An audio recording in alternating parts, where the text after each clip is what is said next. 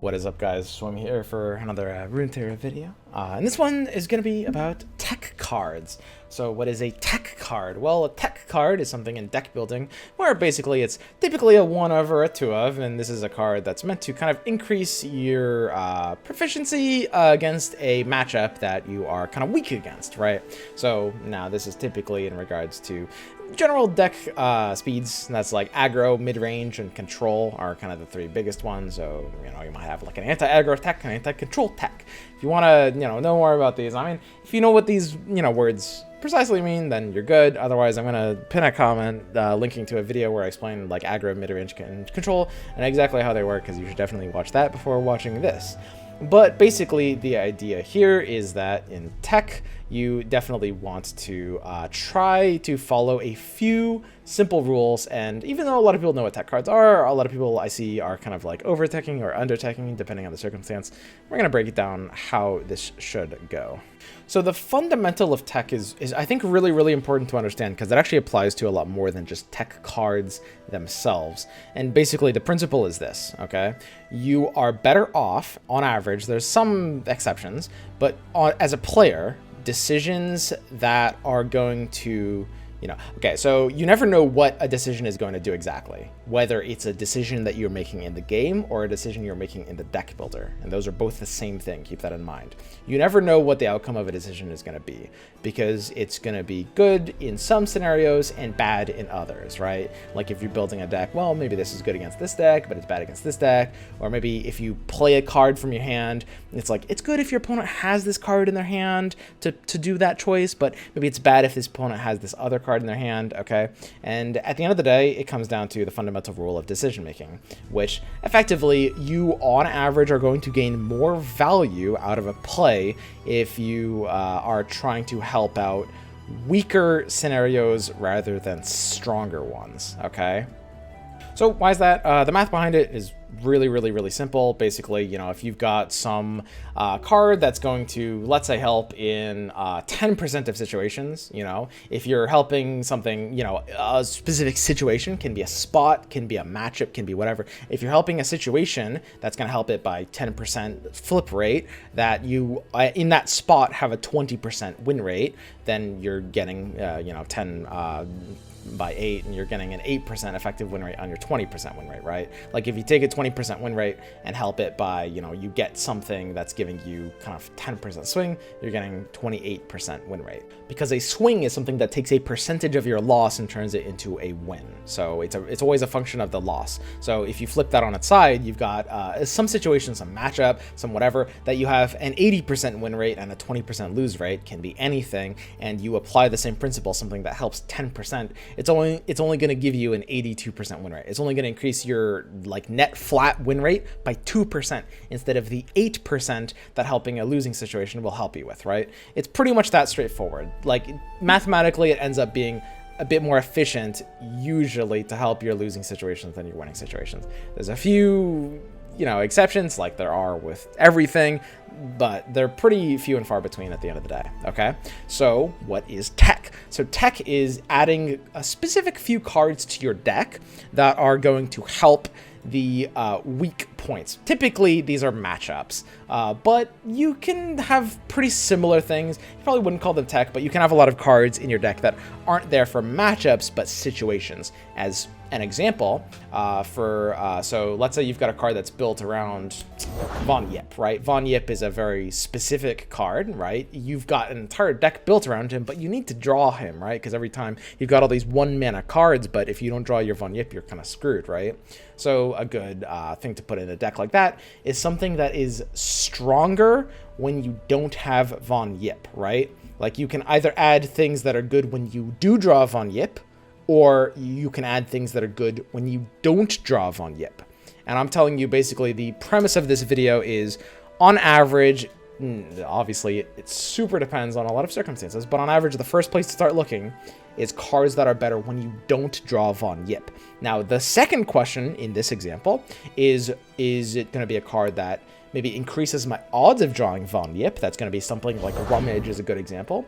Or maybe something that lowers my dependency on Von Yip. So that would be like kind of like a package that constitutes an alternate you know, win condition, like a way for, you know, if I don't draw Von Yip, this deck can still kind of work under these circumstances maybe. Honestly, in the case of Von Yip, you know, you might be better off doing the rummage route instead of like trying to kind of like diversify win conditions. That's a whole different topic. That's kind of a completely different video. But this is not a decision you would consider to be, you know, a tech, but this is kind of the same exact logic, and it's really, really important to see them as the same thing. So you look at the same exact logic. Let's take it in terms of matchups. So you have a deck.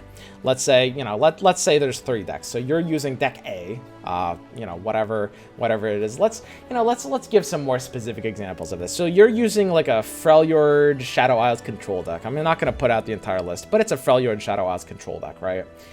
Your specific control deck, let's say the latter is mostly 2 decks. So some kind of like Shark Chariot aggro deck or something like that, let's say, and a like more kind of like slow mid-rangey, let's say like P and Z Demacia sort of spell thing, huh? That's, you know, maybe that's a little unrealistic, but I kind of wanted to fit in like as many regions as I could, right? So basically, the idea behind this is, you know, identify what you're weak against and what you're strong against. And in this imaginary scenario, you're playing this, you know, control Shadow Isles deck. Let's say you feel pretty good against this kind of like mid-rangey Demacia PNZ deck. You can kind of like outlast them. You know, they're kind of engine reliant on like stuff like Fiora and stuff like Lux maybe.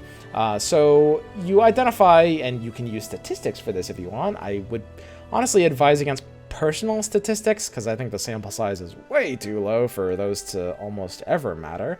But, you know, basically identify what you're weak against and what you're strong against. In this situation, you're good against that deck, but you really have a problem with the, you know, Hecarim Shark Chariot deck. That one's been giving you trouble. You know, that one's been like hitting you 2/3 of games, right? So it's achieving a 67% win rate against you.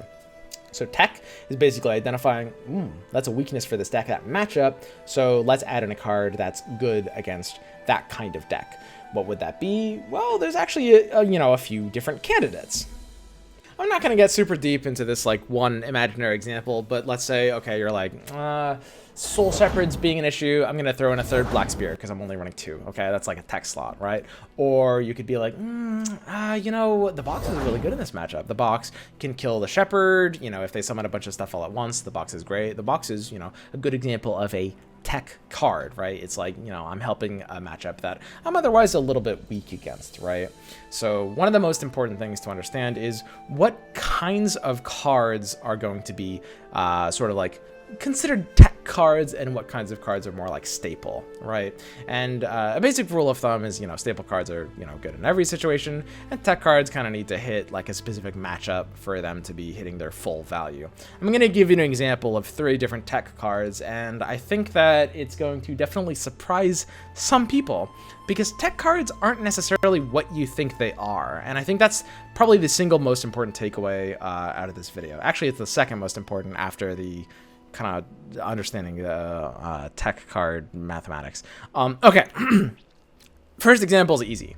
Mage Seeker Investigator. Okay, so Mage Seeker Investigator is conditional on you having like spells, but, you know, sometimes you can kind of like remove text from an opponent unit. So this can be a tech card against a lot of different things. It's not a tech against a particular speed. Usually, most tech cards on average are like, okay, this is anti-aggro, this is anti-control, you know, that's kind of a lot more of like what most tech cards will be on average. This is a tech, but it's more about countering a specific kind of thing. In this case, it counters pretty much anything that's reliant on, you know, one big text or keyword, you know, like if your opponent has some kind of engine that's, you know, their entire strategy, maybe you can kind of add these in to kind of like value counter those, right? That can be all right. However, the fact that it can't target champions means it's only good against very specific things. So let's say Assembly Bot is a decent example of something that this can counter. That's pretty decent. So this is a tech card. It's like, you know, if my opponent, if the ladder is full of, you know, people that are running stuff that this counters, then this card is good.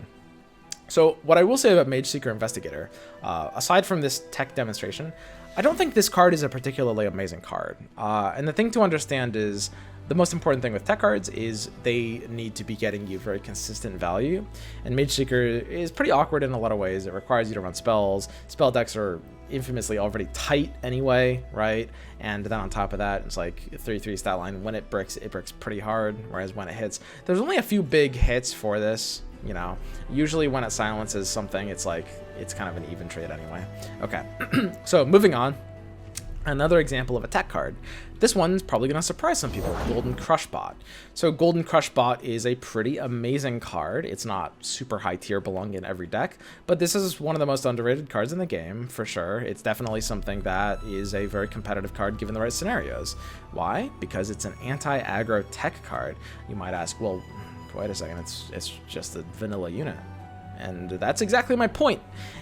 Even though it's just a vanilla unit, this card is a perfectly sustainable anti-aggro tech. It doesn't need to be anything special. It doesn't even need to have text on it.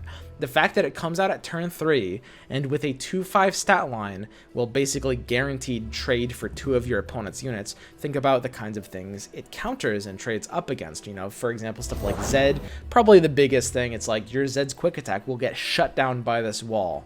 Right? There's nothing you can do about that. You've got Zed on board, and you've got your own Rush in hand. Using Rush on Zed probably seems a little weird to a lot of people because you're doubling the quick attack, but it's going to be a pretty common play for aggro decks just because when you've got a Zed, if you have a Rush in hand, you will happily pay 1 mana to get 1 attack if they block with a 4 health unit. Golden Crushbot has 5, so it circumvents that entire idea, right?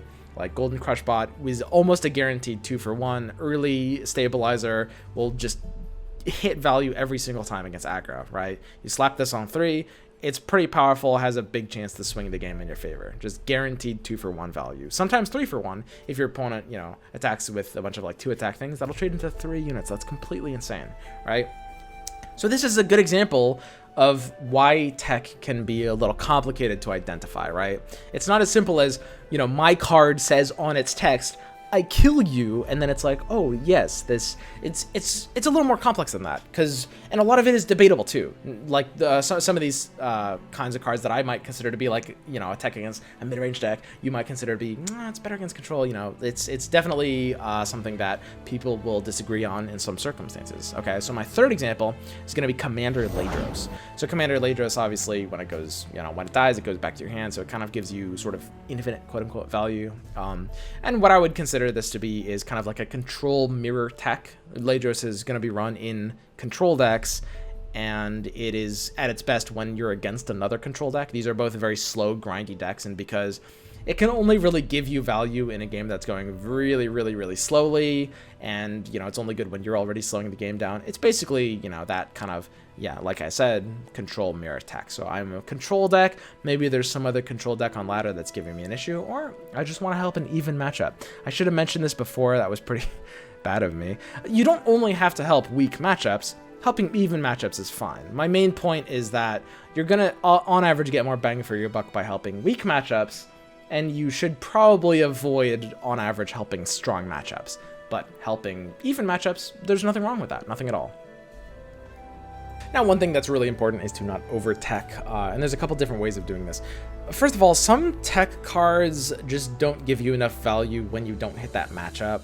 Honestly, there's not actually a ton of those examples in Runeterra so far, but I think a decent example, Purify, honestly, Purify is kind of easy to bully just because it's kind of like a sort of worse Mage Seeker Investigator. It's really hard to get, like, good value out of this card. But what I would say is the idea for a card like Withering Whale to maybe squirm its way into your deck. So Withering Whale is a card that looks fairly good. I mean, you can definitely tell that this is kind of like an anti-aggro tech, for sure. It's like, you know, I kind of potentially wipe the board. I clean up a lot of potentially squishy aggro units. Cards like Green Glade Duo will just get blasted by this that I otherwise might have no way of dealing with. It's a great, and you know, 1 damage that just goes through that evasion. You know, that's probably hit me a few times in the face by now if I'm against an aggro deck, so that could really help. It even heals me a little bit, and health is your most important resource against aggro lists, right? So, you know, obviously, this looks like a fairly good tech card. And I would say in the case of Withering Whale, I think at 5 mana for this effect, I would say it's probably a little too weak to be good enough when you don't hit that matchup. Like, you imagine drawing this card in a lot of matchups or a lot of situations where it's just not gonna find enough value, and it feels like it's a little too easy to get like the bottom value for the floor, and the floor ends up being pretty low for this card. Honestly, this might not be the best example. I mean, it's not impossible I'm wrong about this card, like Withering Whale. It could be a bit better than I think, but the point is that it just bombs out a little bit too early, so it's a little unreliable to be a kind of tech card in that way. So you do want things that, even when you don't hit the right matchup, are still quite good cards. Not just like usable sometimes, but just solid in general, right? And, you know, for example, the other cards I mentioned are all kind of decent examples of that. I mean, Ledros is pretty terrible against aggro, but he's okay if you're against like a mid-range matchup. That's kind of fine. Golden Crush Bot, great against aggro, solid against mid-range. It's a bit weak against control, but it's still a unit on board that's just got an efficient stat line, right? Like, there's nothing wrong with that. Even Mage Seeker Investigator, which I'm not a huge lover of, even when it bricks out, it's a 3-mana 3/3, which is okay. It feels like there's a lot you can do with that. Whereas Withering Whale feels just, there's so many situations where you just won't be able to play it for just, you know, lining up some perfect dream scenario every once in a while. The second thing is that, in terms of over-teching, is that a lot of people try to run too many tech cards. And what that's going to look like is, well, typically a lot of 2-ofs and 3-ofs and less of a core deck. I mentioned in my optimized decks video that you'll actually find if you go through and you track what optimized decks end up looking like, they actually tend to have very close to 16 unique cards. Very close to 16. It's usually 15 or 16 unique cards, maybe sometimes 17, right? And you know that what that means is it's 11 3-ofs, right? And that's 33 cards of your 40 card deck already. And then, you know, a few 2-ofs and maybe like a 1-of or 2, right? That would be your kind of 16 card deck, right? And you see a lot of decks kind of breaking that rule. If you go to like 18 unique cards, almost assuredly, you know, that's a little inefficient. And I've seen a lot of decks being thrown around with like 19 or 20, and that's, again, almost certainly way too much. Rule of thumb, but it stands true in most situations, and these aren't really exceptions in this case. So don't fall into the trap of kind of feeling like you need something for every situation, right? Just know what situations you are weak in. And then secondly, know what the strongest card your kind of deck could put in to kind of bail out that situation, right? Like, you know, you're in, let's say you're playing a kind of stun recall deck, okay? Like Yasuo style Ionia Nox, right? So you're trying like a very slow deck, you know, kind of the control-y style of the build, trying to win like on turn like 9, 10, 11 with like a Swift Foot or something like that. And you realize like aggro is just kind of a tricky matchup. Now, it's not only that aggro is strong against you, but also that it's fairly common on ladder, right? It's got to also be a deck that you're encountering a decent amount of the time that is just costing you these wins, right? And you're like, okay, so I am this kind of deck. I'm Ionia Nox. Let's look through my card pool and think about, you know, what's the best way to maybe get some points against aggro. And maybe you find Scaled Snapper is pretty decent, right? Scaled Snapper is like, okay, you know what? Scaled Snapper is kind of the same as Golden Crush Bot. Honestly, the flexibility almost doesn't matter. It's a 3/2/5. You're playing it as a 3/2/5 basically every time. But hey, maybe sometimes in control matchups, maybe it's a 3/5/2 when I want it to be. Maybe that can help. Sure, why not? But, you know, 3-mana 2/5.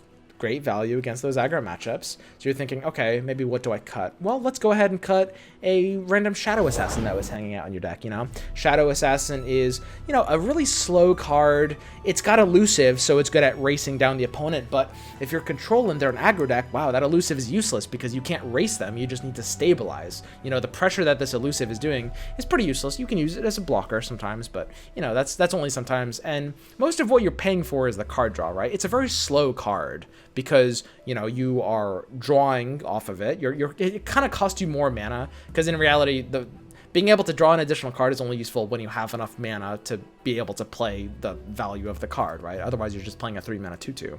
So it's just a slow card. So I realized, man, my deck's pretty good against these control decks, You know, I'm outlasting them and I'm punching through really hard with mana. So let's go ahead and take out this kind of slower, control-y sort of style of card, Shadow Assassin.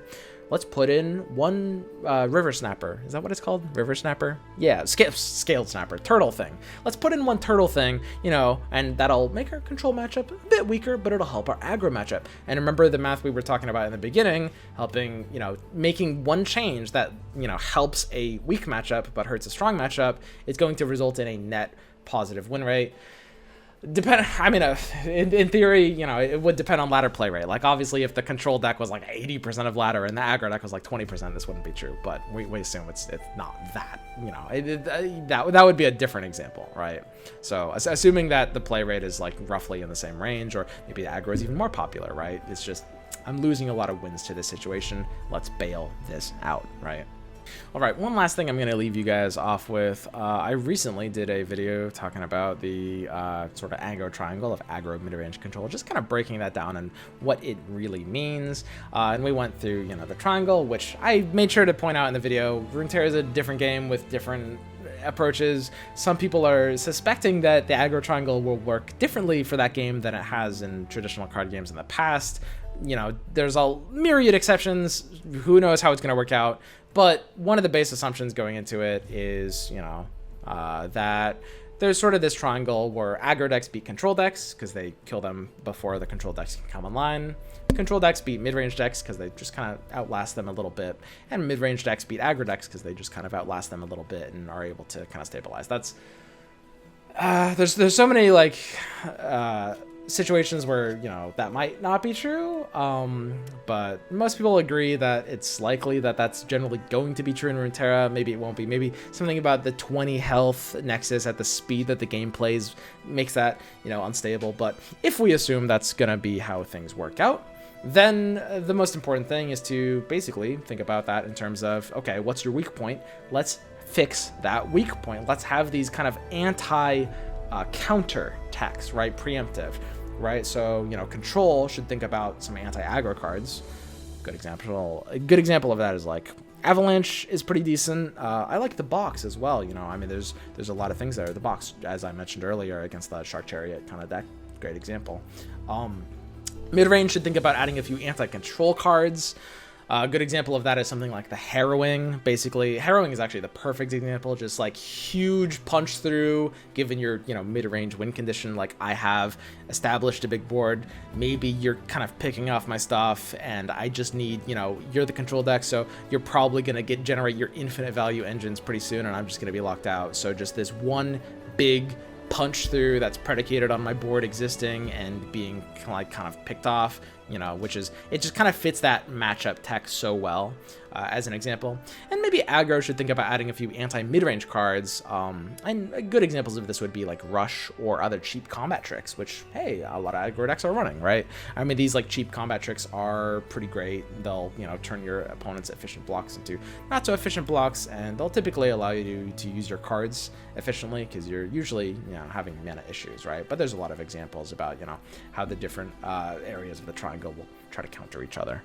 And that's basically it, you know. I mean, honestly, this video is long enough at this point. Sometimes as a YouTuber, you're like, oh, do I really want this video to be too long? Because, I mean, someone's going to see like a 30-minute video and they're like, well, I don't want to watch this. Honestly, that's a really big problem of mine. I make videos that are like way too long because I'm kind of rambly sometimes. But I think it's pretty important to, you know, just as a kind of parting note, understand exactly like what's happening with the tech concept. Because I was explaining before about like percentages and matchups, and you don't know what situation you're in. You don't know whether you're winning or losing. So you kind of like want to make decisions assuming on average sort of worst case scenario. And this is something that you're probably aware of, a very common fundamental of card games, but also, I mean, this is every game in general, is you want to play very safe when you're ahead, and you want to play very risky when you're behind, right? That's a broad generalization. You want to kind of like narrow your lose condition when you're ahead by, you know, just assuming the worst. And when you're behind, you want to kind of broaden your win condition by kind of assuming the best, like hoping that something could bail you out of a bad situation, right? And ultimately, it's the same exact concept, right? And that's, I think, what's so important to understand. You are just trying to help basically you're sort of sacrificing value in high percent situations to help low percent situations, right? That's the general concept, and I think it's important to understand it's the same exact mentality as in tech. It's the same exact mentality as in making sure your deck is cohesive, because the thing I mentioned earlier with Von Yip, where you're helping your condition. It's not, you wouldn't call that a tech decision because it's not really countering a certain opponent thing, but just think in that framework. Think like, okay, my weakness is this situation. Could be matchup, could be hand state, could be board state, could be whatever. My weakness is this situation. Is there an efficient way, just by changing not a lot, just by maybe like 1 or 2 cards, is there an efficient way to sacrifice some power in situations where I'm strong to give proportional power, which would be multiplied in terms of your effective value on your win rate? It's going to get multiplied to situations where you're weaker, right? Okay, so just think in those terms, and you're going to be a lot better of a player overnight. All right, guys, that's going to be it for me. Oh, shit, I just dropped something. That's going to be it for me today, and I'll see you guys tomorrow.